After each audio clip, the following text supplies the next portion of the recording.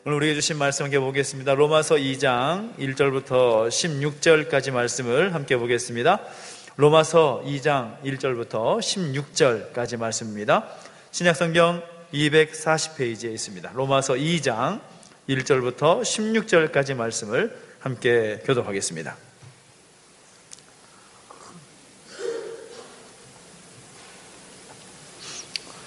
한 절씩 함께 교독합니다. 그러므로 남을 판단하는 사람아, 누구를 막론하고 내가 핑계하지 못할 것은 남을 판단하는 것으로 내가 너를 정죄함이니 판단하는 내가 같은 일을 행함이니라.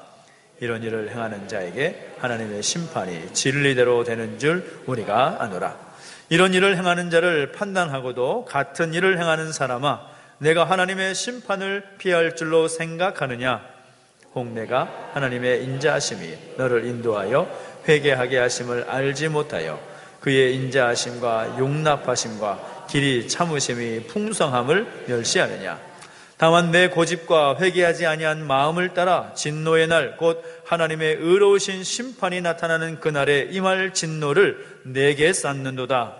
하나님께서 각 사람에게 그 행한 대로 보응하시되 참고 선을 행하여 영광과 존귀와 썩지 아니함을 구하는 자에게는 영생으로 하시고, 오직 당할지어 진리를 따르지 아니하고 불의를 따르는 자에게는 진노와 분노로 하시리라. 악을 행하는 각 사람의 영에는 환난과 곤고가 있으리니 먼저는 유대인에게요 그리고 헬라인에게며 각 사람에게는 영광과 존귀와 평강이 있으리니 먼저는 유대인에게요 그리고 헬라인에게라. 이는 하나님께서 외모로 사람을 취하지 아니하심이라. 무릇 율법 없이 범죄한 자는 또한 율법 없이 망하고, 무릇 율법이 있고 범죄한 자는 율법으로 말미암아 심판을 받으리라. 하나님 앞에서는 율법을 듣는 자가 의인이 아니요 오직 율법을 행하는 자라야 의롭다 하심을 얻으리니, 율법 없는 이방인이 본성으로 율법의 일을 행할 때에는 이 사람은 율법이 없어도 자기가 자기에게 율법이 되나니, 이런 이들은 그 양심이 증거가 되어 그 생각들이 서로 혹은 고발하며 혹은 변명하여 그 마음에 새긴 율법의 행위를 나타내느니라. 곧 나의 복음에 이른 바와 같이 하나님이 예수 그리스도로 말미암아 사람들의 은밀한 것을 심판하시는 그날이라. 아멘. 한 번 더 기도하겠습니다.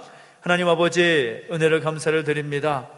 우리가 특별히 로마서 말씀을 통하여서 우리의 신앙의 기초, 우리의 믿음의 기초에 대해서 다시 한번 나누고 있는데, 우리 가운데 은혜를 더해주시고 그 말씀에 깨달음이 있게 하시고 그 말씀 가운데 결단이 있게 하셔서 하나님의 사람으로 살기에 부족함이 없도록 인도하여 주시옵소서. 감사를 드리며 예수님의 이름으로 기도하옵나이다. 아멘. 할렐루야.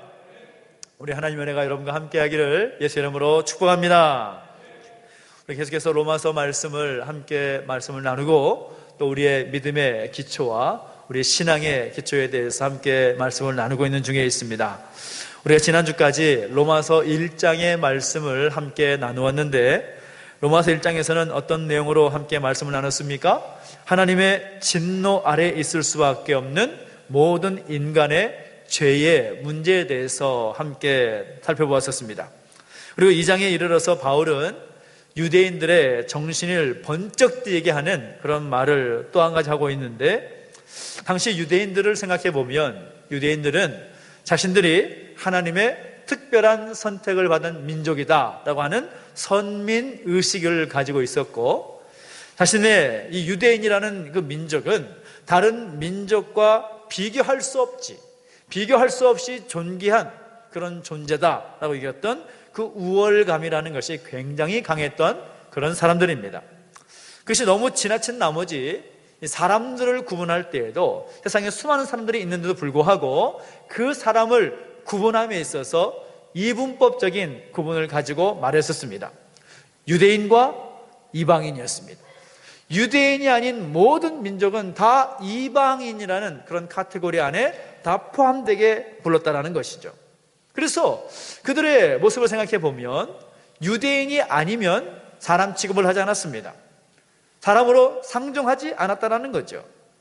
거기다가 유대인의 가정 가운데 남자아이가 태어나게 되면 여러분 잘 아시죠? 난지 8일 만에 행하는 의식이 있습니다. 바로 할례라는 것인데, 그 할례를 통해서 그들은 생각할 때 이 우리가 할례를 받았다라는 것은 언약의 증표로서 구원받은 하나님의 백성이다라는 것을 알릴 수 있는 자부심이 있는 그런 사인이다 라고 생각하면서 이 할례를 받아야만 하나님의 백성이 된다라는 그런 특별한 생각들이 그들에게 있을 정도였습니다.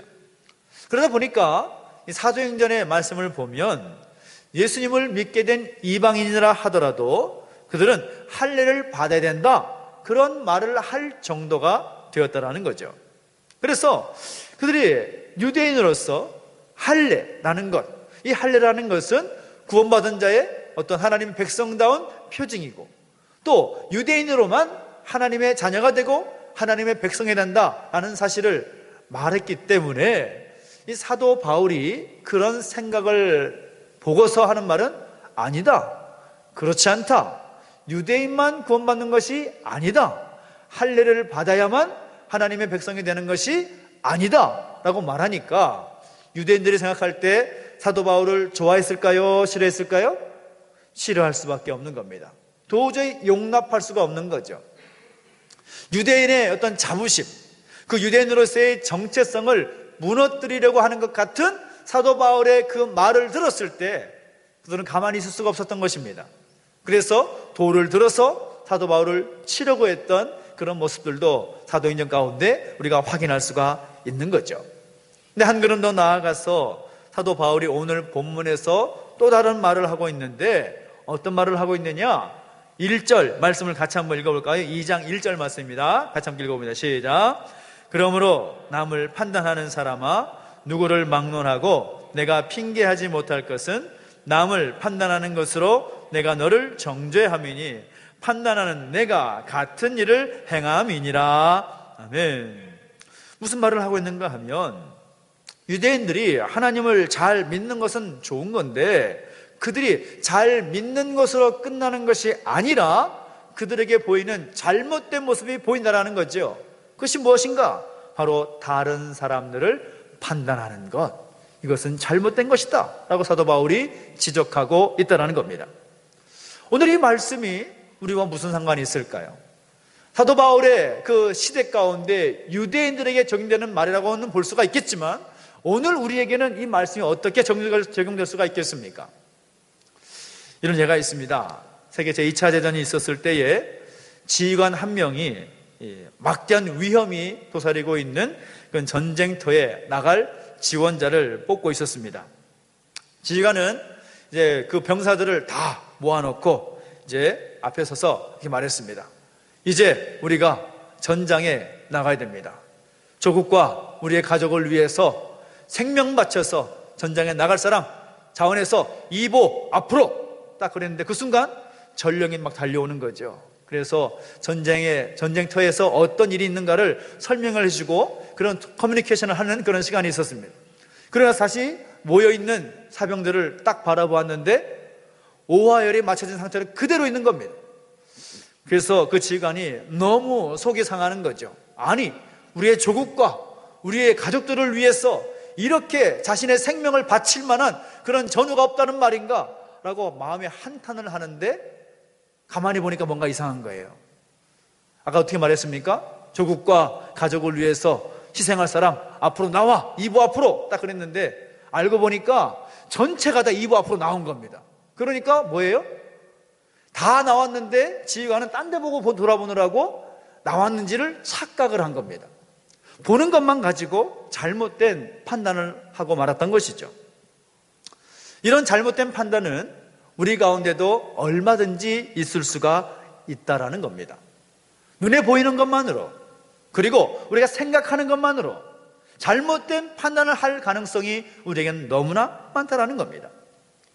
우리가 예수 그리스도를 잘 믿고 있다라고 생각하는 그런 사람들 중에 한 사람인데, 예수님을 잘 믿는 사람이라고 생각할수록 쉽게 할 수 있는 실수가 뭔가 하면 다른 사람들을 판단하는 겁니다.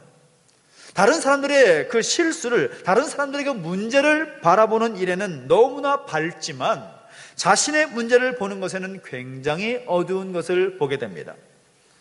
남의 죄는 잘 보지만 자신의 죄는 잘 보지 못하는 모습들, 자기 눈에는 들보가 있지만 다른 사람의 눈에 있는 티를 너무나 잘 찾는 모습들. 바울이 말하고자 하는 것은 유대인들이 이방인들을 판단하지만 유대인들이나 이방인들이나 조금도 다를 것이 없다라고 말하고 있다는 겁니다. 여러분, 가만히 보면 남을 판단하고 다른 사람을 비판하는 그런 사람을 보면 볼수록 그 자신 안에는 더 많은 죄가 자리 잡고 있는 것을 보게 됩니다. 자신 안에 있는 그 문제를 변호하고 합리화하기 위해서 다른 사람들을 더 판단하고 더 정죄하는 그런 모습을 보인다는 거죠.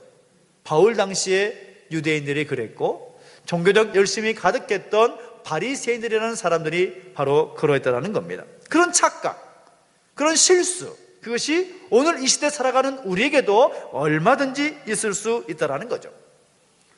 이런 생각은 여러분 가운데 없습니까? 나는 구원받을 만한 사람이고 저 사람은 지옥에 가야 마땅한 사람이다 라고 말하는 그런 모습들은 우리 가운데 없습니까? 특별히 교회 공동체 안에서도 여러 가지 사역을 열심히 감당하는 그런 사람들일수록 자신의 그 열심, 자신의 그 열정을 의로 여기면서 다른 사람들을 평가하는 그런 자리에 서려는 그런 태도가 쉽게 보이는 것을 보게 됩니다. 자기도 모르게 교만함에 빠져 있는 거죠. 자기도 모르게 다른 사람들을 평가하는 그 자리 가운데 자기가 서고 있는 겁니다. 자신은 법 없이도 살 사람이라고 생각을 하고 다른 사람, 자기에게는 아주 관대하지만 다른 사람들에게는 너무 매몰차게 대하는 것이 이 시대에 쉽게 보이는 현상 중에 하나라는 거죠. 이것이 바리새인들이 빠졌던 오류라는 겁니다. 다른 사람들을 판단하고 다른 사람들을 비판하면서 자신의 의로움을 생각하다 보니까 결국 그 자리에는 하나님이 계실 자리가 없는 겁니다. 하나님이 필요가 없는 겁니다.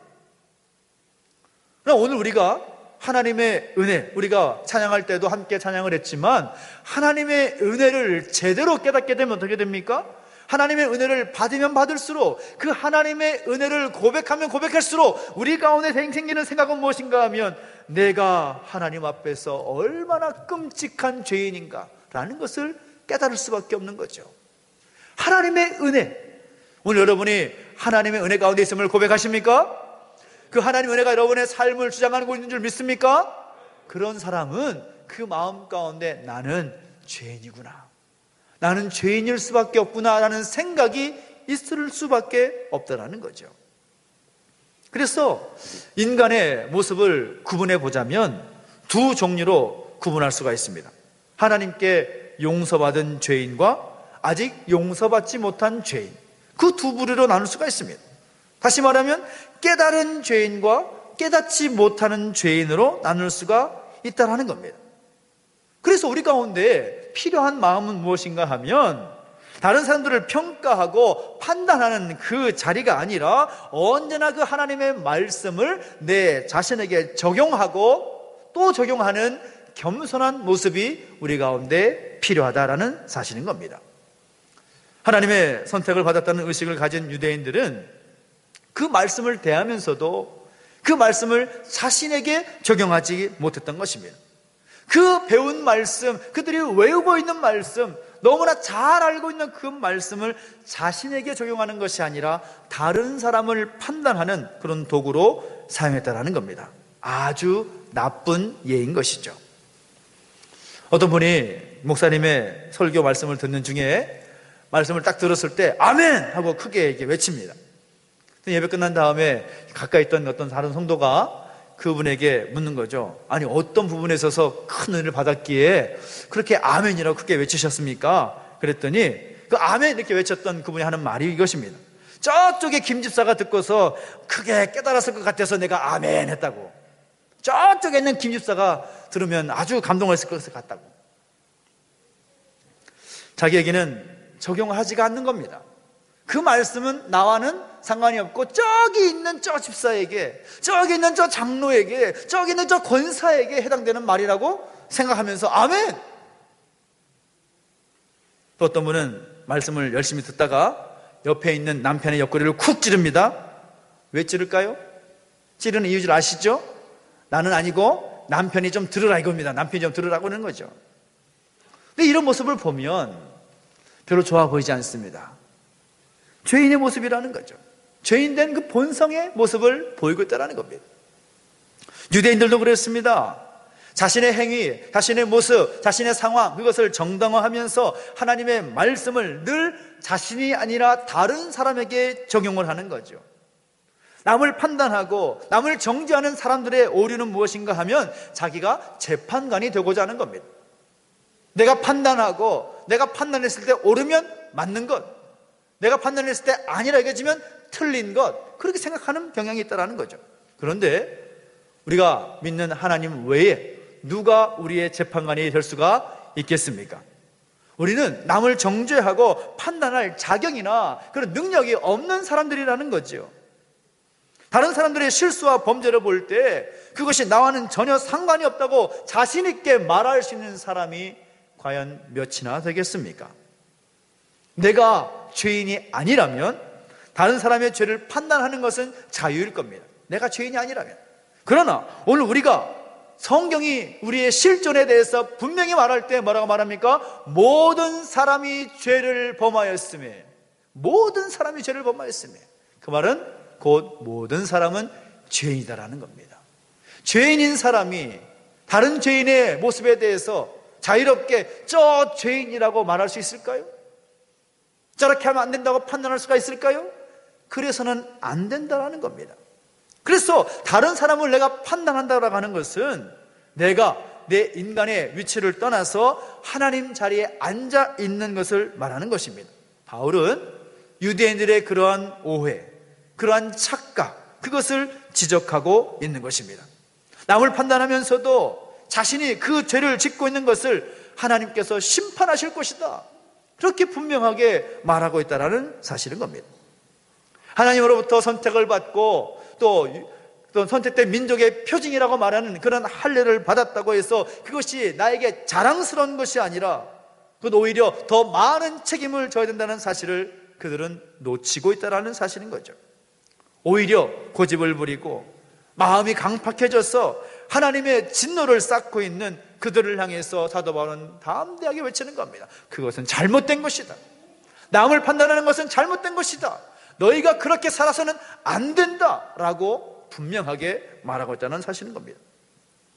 하나님께서 그들의 실수와 그들의 교만함과 그들의 오만한 모습을 보았을 때 어떤 마음이셨겠습니까? 만약에 제가 하나님이라면 그들의 어떤 잘못 생각을 하고 잘못 판단하면서 다른 사람들을 정죄하고 판단하는 모습을 보면 에이 나쁜 놈, 이놈 하면서 내 이놈 하면서 혼을 냈을 것 같은데 하나님은 그 진노를 참고 또 참고 계십니다. 이스라엘이 애굽에서 보냈던 430년의 시간이 있습니다. 애굽에서 종살이 하면서 보냈던 그 시간, 저는 그 시간이 그들을 향한 하나님의 인내하시는 시간이라고 생각합니다. 회개할 수 있는 기회를 주신 거죠. 노아가 120년 동안 방주를 만들었을 때 120년 동안 방주를 만들었을 이유가 무엇이었겠습니까? 기술이 없어서, 만들 만한 어떤 재료들이 부족해서 120년 동안 만들었을까요?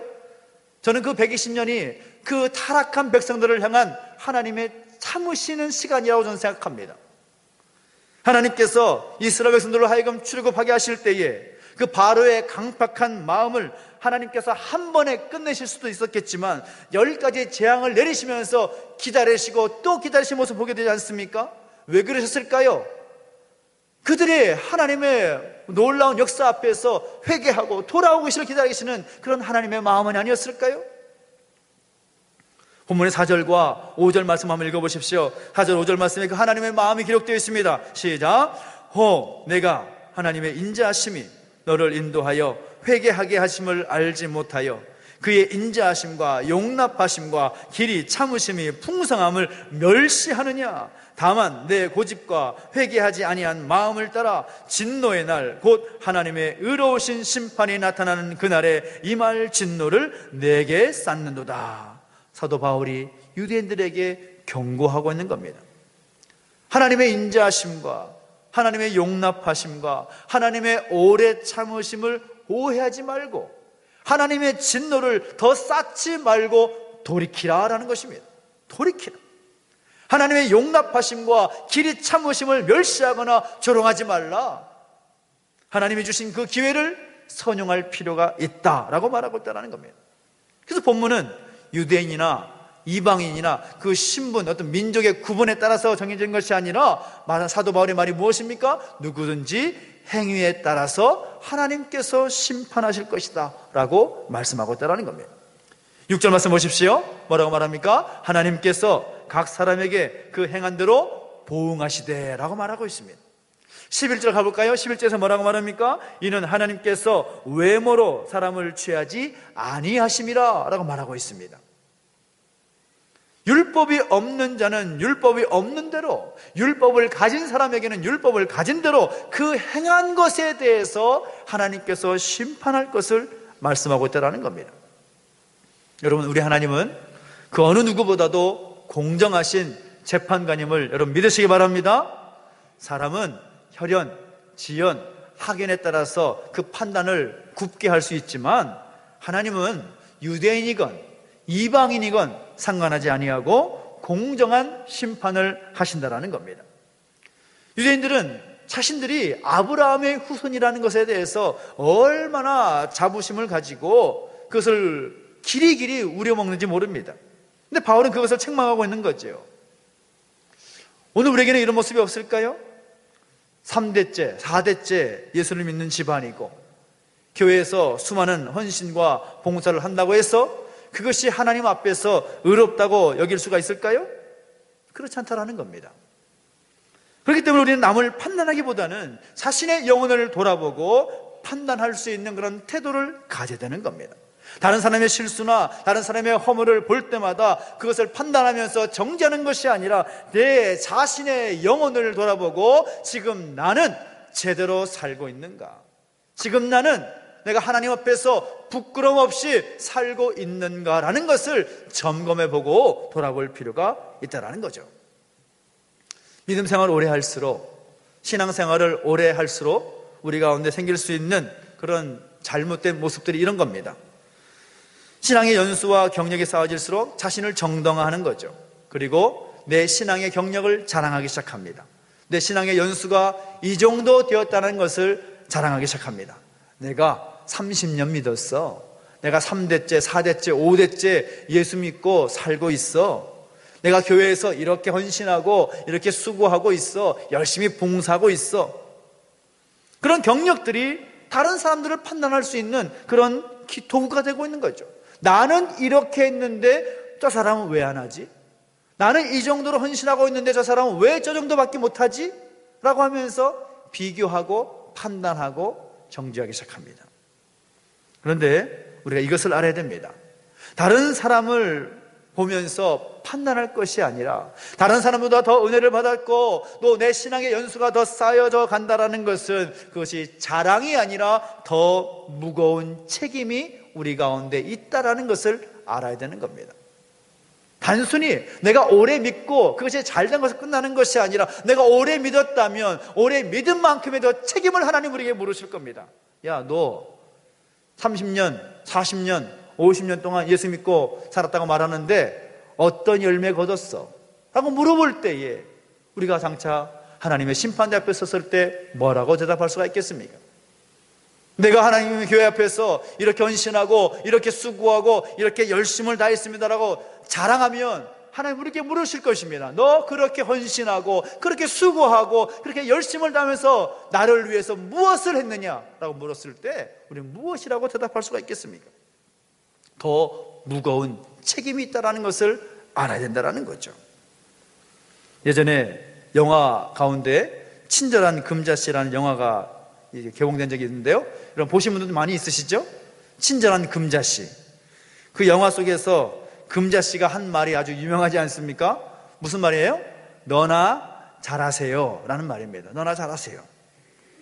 풍자적인 말이죠. 기독교에 대한 비판적인 성격을 띠는 영화이면서 또 기독교인들의 성찰을 요구하는 그런 음성이라고 할 수가 있는데, 굉장히 의인인 것처럼, 굉장히 수준이 높은 것처럼, 다른 사람들과 구별되어 살아가는 것처럼 말하지만 세상에 있는 수많은 사람들과 다를 것이 없다라는 거죠. 오늘 우리의 모습은 어떻습니까? 내가 하나님을 믿는 그리스도인이다, 예수 믿는 사람들이다 라고 말하면서 세상에 있는 사람들과 다른 점이 과연 얼마나 있습니까? 여전히 우리 가운데 똑같이 생각하고 똑같이 말하고 똑같이 비판하고 똑같이 정죄하는 그런 모습은 아닌가요? 우리는 우리 스스로가 과연 하나님 앞에서 어떻게 살아가고 있는지를 점검하고 또 돌아볼 필요가 있다는 겁니다. 유대주의자들이 자신을 정당화하고 자신 스스로를 의인으로 삼으면서 결국 그들의 삶 가운데는 결론이 이거죠. 그들에게는 예수 그리스도의 십자가가 필요가 없게 되는 겁니다. 신앙생활하면서 너는 나쁜 사람이고 나는 괜찮은 사람이라고 경계선을 그으면서 점차 자신을 미워하고 있다면 이 사람은 역시도 그리스도의 십자가를 이해하지 못한 사람이라고 할 수가 있습니다. 그런데 오늘 우리의 모습이 어떻습니까? 내가 다른 사람들을 판단할 만큼, 다른 사람들을 정죄할 만큼 나는 그 사람과 다를까요?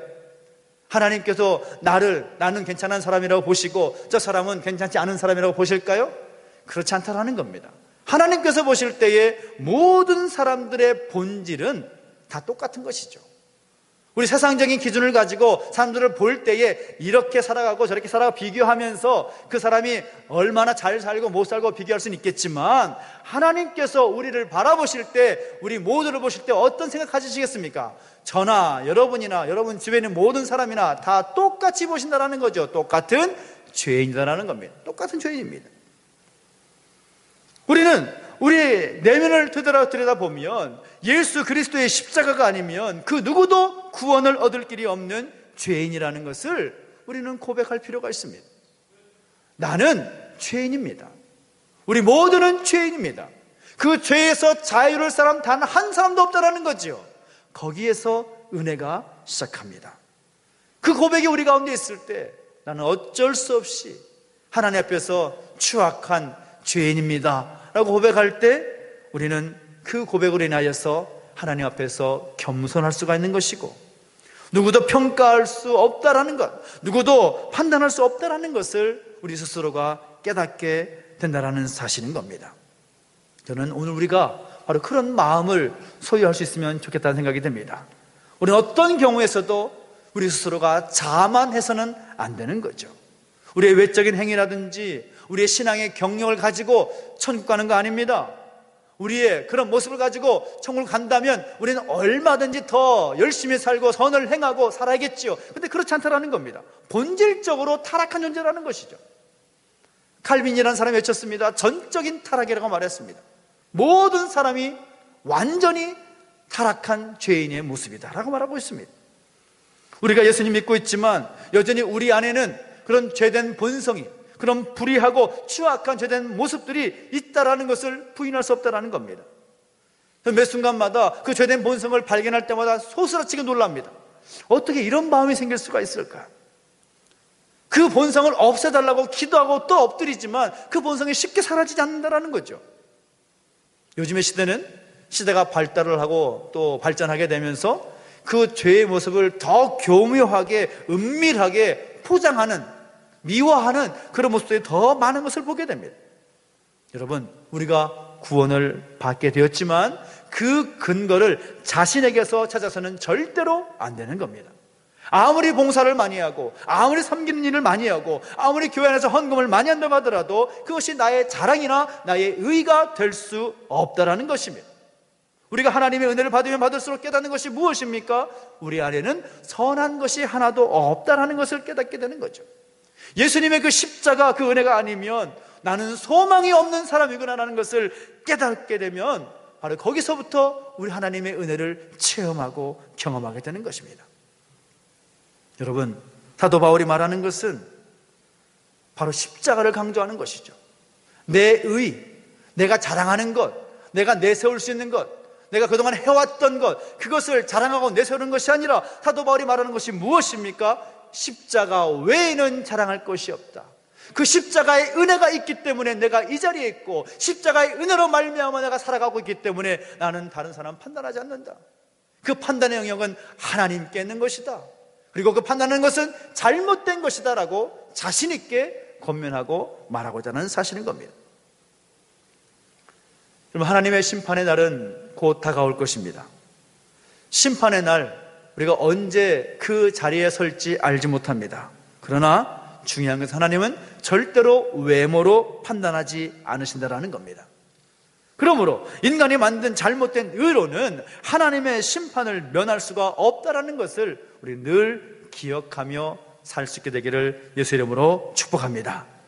우리가 말씀을 대하면 대할수록, 말씀을 읽고 묵상하면 묵상할수록 우리의 연약함과 우리의 한계를 깨닫게 되지 않습니까? 오직 하나님께서 우리에게 허락하신 의, 무엇입니까? 오직 의는 믿음으로 말미암아 살리라 하신 그리스도의 십자가의 은혜로만 구원을 얻게 하신 이 놀라운 은혜를 우리는 놓치지 말아야 될 줄로 믿습니다. 다른 것으로 구원받을 수 없습니다. 다른 것으로 우리를 의롭다 할 수 없습니다. 오직 십자가의 은혜로, 그것을 믿는 사람만이 하나님으로부터 의롭다 인정을 받게 되고 하나님의 의인으로 기름 부으심을 받게 된다는 사실인 것이죠. 30년을 믿었건 40년을 믿었건 이제 막 믿었던 간에 동일한 것은 우리 모두는 하나님의 은혜라는 줄에 매달려 있다는 사실인 겁니다. 우리 모두는 하나님의 은혜로 말미암아 살아가고 있습니다. 이 사실을 잊어버리지 마십시오. 따라할까요? 하나님의 은혜입니다. 하나님의 은혜입니다. 믿으면 믿을수록 더 겸손함으로 그리스도의 십자가의 은혜로 살아가는 삶이 가장 안전하고 또 은혜를 유지할 수 있는 길인 줄로 믿습니다. 이 아침에 간절히 바라는 것은 하나님께서 오늘 우리 각자 개인에게, 우리 가정과 일터와 교회에 은혜를 주셨다라는 것을 잊지 마시기를 간절히 바랍니다. 우리가 붙잡을 것은 나의 경력이 아닙니다. 나의 신앙의 연수가 아닙니다. 나의 어떤 자랑거리, 그것이 아닙니다. 오직 하나님의 은혜만을 붙들고 그 은혜를 받은 만큼 더 책임 있는 자로 하나님의 말씀을 따라 살아갈 수 있는 오늘 저와 여러분 되시기를 예수 이름으로 축복합니다. 그 하나님의 은혜를 붙잡고 하나님 앞에서 엎드리십시오. 하나님, 오늘도 그 하나님의 은혜로 말미암아 살게 하여 주시옵소서. 그 하나님의 은혜가 나로 하여금 하나님의 사람답게 살게 하여 주시옵소서.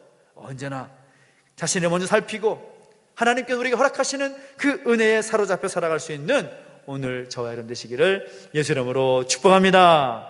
기도하겠습니다.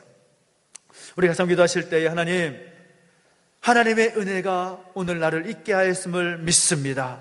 하나님의 은혜로 살게 하여 주시고 남을 판단하거나 정죄하는 것이 아니라 자신을 돌아보면서 하나님의 은혜로 말미암은 삶이 우리 가운데 세워주시도록 인도하여 주시옵소서. 바로 마음으로 결단하면서 기도하며 나가시겠습니다. 함께 기도하겠습니다. 하나님 아버지, 감사합니다. 그 모든 것이 하나님의 은혜임을 고백합니다. 하나님 아버지, 하나님의 은혜로 말미암아 살아가는 우리의 모습임을 고백합니다. 하나님 아버지, 그 하나님의 은혜로 말미암기에 남을 판단하거나 정죄하지 않겠습니다. 하나님, 내 자신의 경력과 그런 모자란 것들을 자랑하지 않겠습니다. 나에게 자랑할 것은 아무것도 없습니다. 오직 하나님의 은혜만을 자랑할 수밖에 없음을 고백하면서 우리의 삶 가운데 더욱더 하나님에 엎드리고 은혜 주신 하나님을 기대하며 살아갈 수 있는 우리의 모습이 되게 하여 주시옵소서. 남을 판단하고 정죄했던 우리의 모습을 용서해 주시고 다시 하나님의 뜻 앞에서 반응하며 살아갈 수 있도록 인도해 주시고 주장하여 주시옵소서. 감사드립니다. 하나님 아버지, 오늘 우리의 삶은 오직 하나님의 은혜로 말미암은 줄 믿습니다. 그 고백이 흔들리지 않도록 인도해 주시고 나의 경력이나 나의 모든 잘한 것들로 인해서 그것을 나의 의로 여기는 그런 모습이 아닌 오직 하나님의 은혜였음을 고백하며 살아갈 수 있도록 인도해 주시고 주장하여 주옵소서. 남을 판단하고 남을 정죄하기 이전에 자신을 먼저 돌아보며 하나님의 은혜로 말미암는 내 자신을 돌아보게 하시고 자신을 먼저 점검하며 하나님 기쁘신 그 자리에 설 수 있도록 인도하여 주옵소서. 은혜 주실 하나님 앞에 엎드려 간구하게 하시고 하나님의 뜻을 이루어 나갈 수 있는 우리의 모습 될 수 있도록 역사하여 주시옵소서. 감사를 드리며 예수님의 이름으로 기도하옵나이다. 아멘.